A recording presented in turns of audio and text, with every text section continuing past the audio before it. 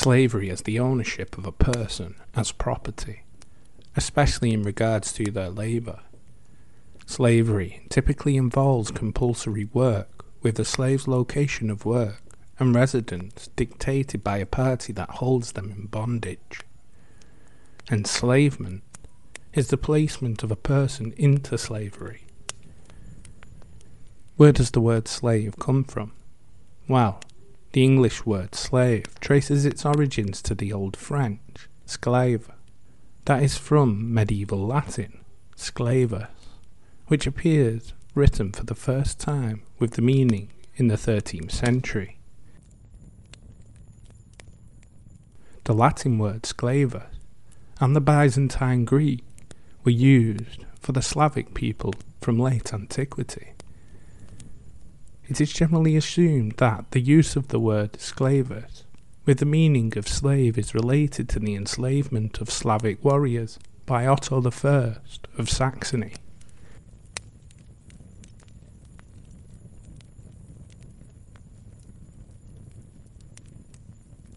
Hi everybody and welcome back to the Dark History Podcast, where we explore the darkest parts of human history.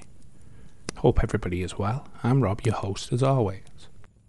Welcome to the new episode, The History of Slavery, Man's Ownership of Other Men.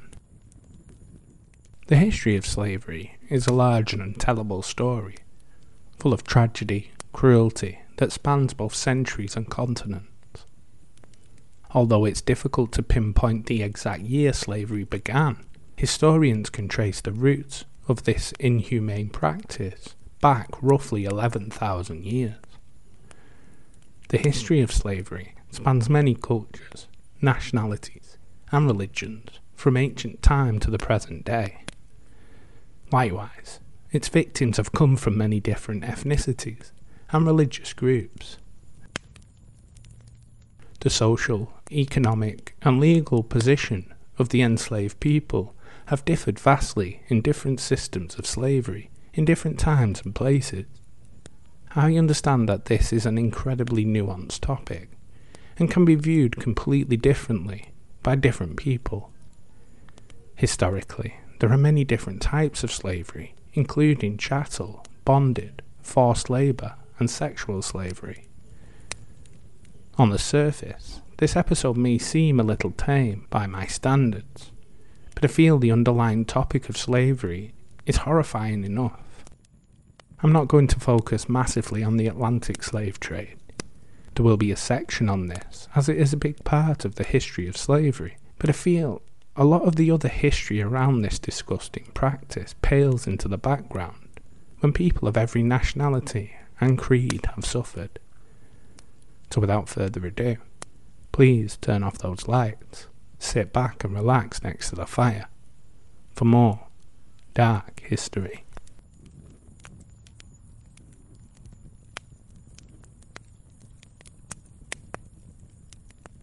In the ancient world, slavery developed for a number of reasons, including economic necessity, especially in civilizations and agricultural economies where large workforces were needed. Domination was another factor. War produced not only spoils such as gold, but also people to take as slaves, which eventually also became a form of status symbol. The more slaves you had, the wealthier and more influential you were.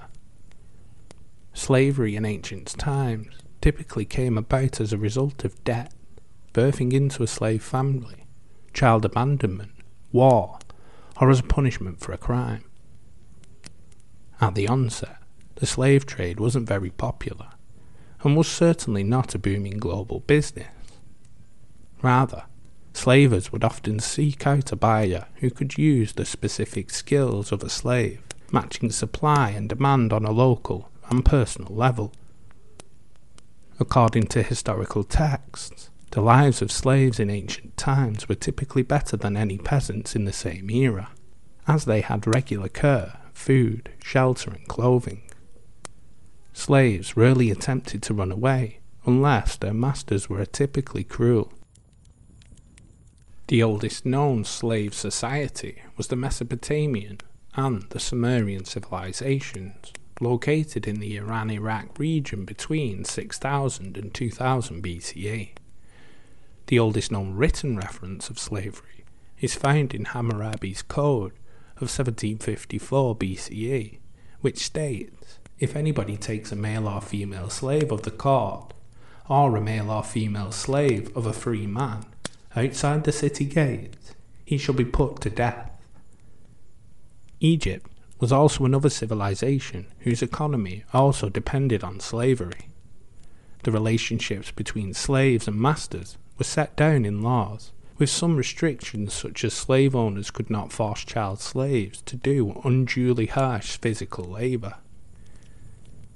There were also no slave markets, and any transaction of buying or selling slaves had to be overseen by a government official.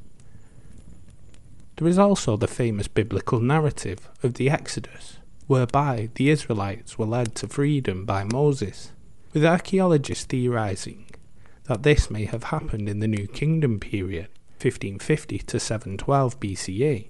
This Old Testament narrative is one of the earliest known written records of slaves attaining freedom. One massive historical misconception is that the Egyptian pharaohs used slaves to build the pyramids. This is actually not true. It was aliens. No, just kidding. Actually, the people who built the pyramids were paid labour from all over Egypt. They were actually paid in food and beer. These people were also housed near to the site, as archaeologists have found evidence of a large barracks, where as many as 1,600 or more workers could have slept together.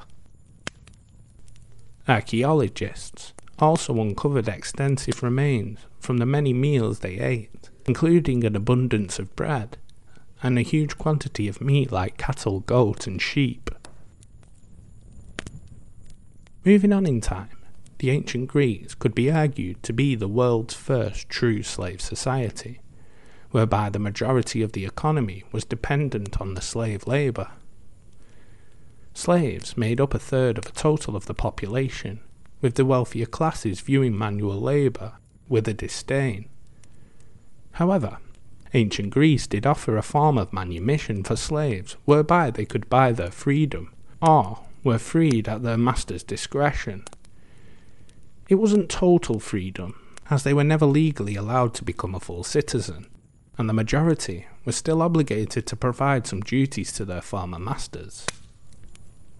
There is also some evidence of the ethics of slavery being questioned. One such case is Bishop Gregory of Nyssa, who lived in the 4th century CE, who argued that slavery was incompatible with humanity's creation in the image of God. With the decline of Greece and the expansion of Rome, slavery also expanded. At the height of the Roman Empire, up to 30% of the total population were enslaved, with the majority being made up of conquered peoples. We also see the emergence of slavery used for sport rather than labour, such as gladiatorial fights and large-scale brothels.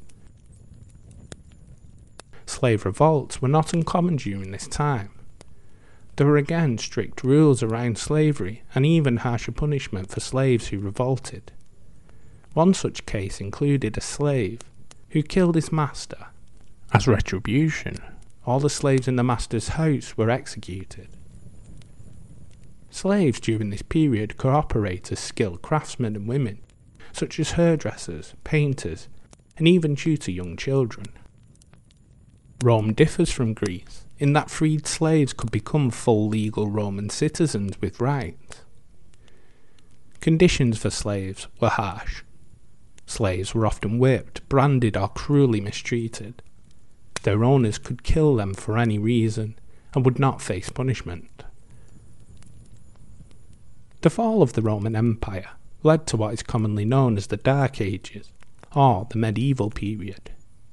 With the decline of the Roman Empire came a loss of large-scale markets.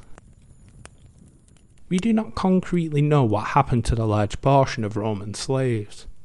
Presumably, with the large-scale loss of the estate of the masters and the ruling classes, the slave prices crashed, or slaves were simply left to their own devices. In Britain, we can see a slow reorganisation of society after the Romans left, and the emergence of serfdom much later. One interesting story is of an English slave called Balthid, who rose to be queen of the Frankish king Clovis II in the 7th century. As queen regent of her young son, she abolished the trade of Christian slaves and freed all young children who were in slavery.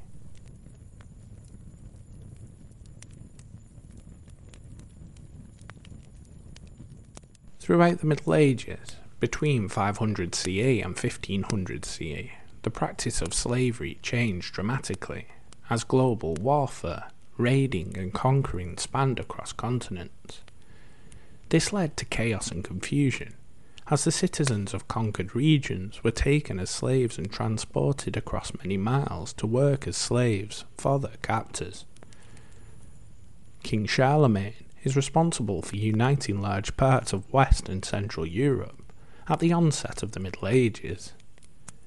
This unification came about through war and violence, as many of his campaigns involved taking slaves and selling them to the highest bidder. Throughout his reign, European slaves became widely popular throughout Muslim countries, marking the true beginning of the global slave trade. Throughout this period in history, Vikings were also taking slaves across Europe, concentrating heavily in the British Isles.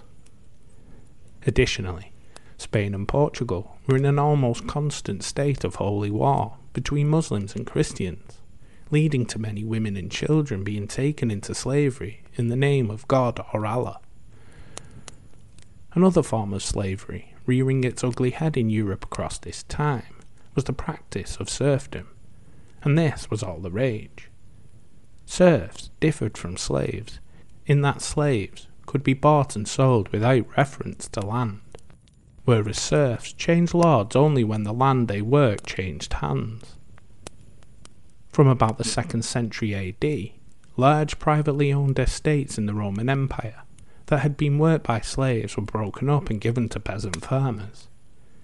These farmers came to depend on large landowners for protection in turbulent times, and swearing fealty to a protector became common practice. In 332 CE, Constantine I established serfdom legally by requiring tenant farmers to pay labour services to their lords. As serfs, they could not marry, change occupation, or move without the permission of their lords, to whom they were required to give a major portion of their harvest. The development of centralised political power, the labour shortage caused by the Black Death, and the endemic peasant uprisings in the 14th and 15th centuries led to the gradual emancipation of serfs in Western Europe. In Eastern Europe, serfdom became more entrenched during this period. The peasants of the Austro-Hungarian Empire were freed in the late 18th century, and Russian serfs were freed in 1861.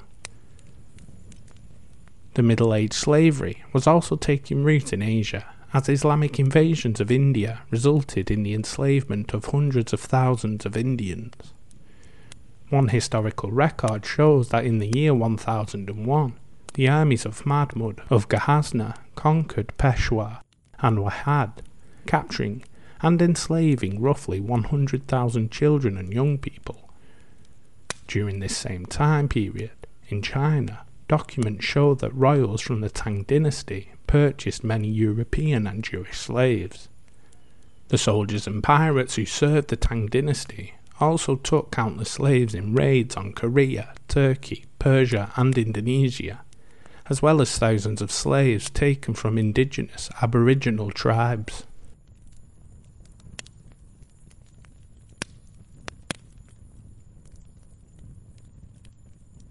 The story of the Atlantic slave trade is the first chapter in the history of slavery where most of us already have some familiarity.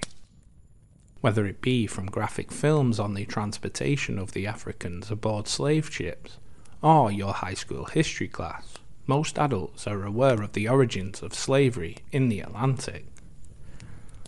The first slaves were brought to the Americas in 1619, when 20 men from Africa were brought to Jamestown, Virginia. Historians are not sure whether this was the true beginnings of the legal slave trade in the colonies. Indentured servitude already existed in the region. Roughly 60 years later, via the Royal African Slave Company, records show that the slave trade was booming in the British colonies, and the colonialists began to acquire slaves in larger numbers. Evidence suggests that the main reason for the dramatic increase was the sharp decline in the availability of indentured servants. Despite what you likely know about the slave trade in the Americas, you may not know that the majority of African slaves were concentrated in the Caribbean to work on plantations. European colonies depended on African slaves on the islands to produce their sugar and coffee. Additionally, many African slaves were sold to owners in both Brazil and the Spanish Americas for both the fields and housework. The journey from Africa to the Americas was a horror that many did not survive. The ships were tightly packed, low on food, and without proper sanitation. This led to the rapid spread in fatal diseases such as dysentery, fever, and smallpox, killing both Africans and the ship's crew. Death was commonplace on the slave trade, and when a man or woman passed away, their bodies were simply tossed into the ocean. This was an additional point of shock for the Africans, as they believed that death and burial should be handled with care and honour. Depending on the origin and final destination of the slave ship, this journey could take anywhere from 3 weeks to several months. Records estimate that between 10 and 20 million Africans were brought to the Americas in this inhumane fashion. Although many were cast into the ocean along the way, this was a tragedy too horrifying to wrap your mind around. Slavery is an appalling practice that has existed since the origins of human history. Although, at this point in history, liberators were working to free specific groups of people, the abolitionist movement was different, as it aimed to put an end to slavery as a practice. Some of the first countries to do away with slavery as a practice were located in Western Europe around 1500. Many European countries were careful not to use slavery in their homelands, but relied heavily on slaves to build their empires abroad. The next step in the abolitionist movement was the ending of the slave trade globally. Slavers who were caught transporting slaves across the ocean were tried in courts, and those captured were set free. However, there were still a large number of slaves already placed in the Americas, and the profitability of the work they provided made them a valuable commodity to their owners. At the time of the American Civil War, there were more than 4 million slaves working in the United States, 95% of whom were in the southern states. The major political issue leading up to the beginning of the Civil War was the expansion of slavery to the West. Northern abolitionists believed that if they could stop the spread of slavery, they could end the practice altogether. In 1860, Abraham Lincoln won the presidency, and the Southern states seceded from the Union shortly after, forming the Confederacy. The Confederate States of America was centered around the preservation of slavery, while the Northern Union was focused on preserving the country, as well as bringing an end to slavery. With a stroke of a pen, President Lincoln changed the war by signing the Emancipation Proclamation, changing the status of all enslaved Americans from bondage to freedom. This meant that although the slaves were still working throughout the South, if they could escape to the North, they would be legally free. Many slaves were able to escape to the northern states using the Underground Railroad. In 1865, the Union regained control of the Confederate States, and the slaves in those areas were formally free. Many of the freed men joined the American Army and Navy to ensure their free status. Although legally free, The lives of black Americans did not immediately improve. The decades that followed, with the push for civil rights, is a topic which deserves its own episode.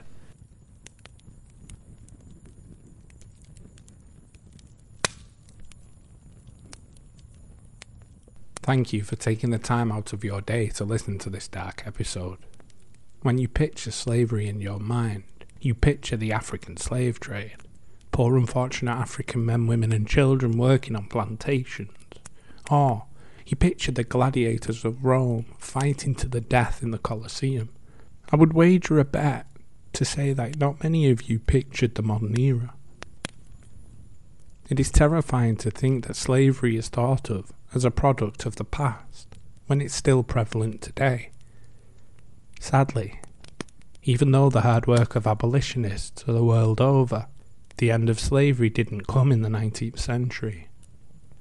Modern or contemporary slavery still exists across the globe, often in the places you wouldn't expect. Experts estimate that roughly 40.3 million enslaved people are currently in bondage. There are many forms of modern-day slavery, all of which involve people being forced to work against their will.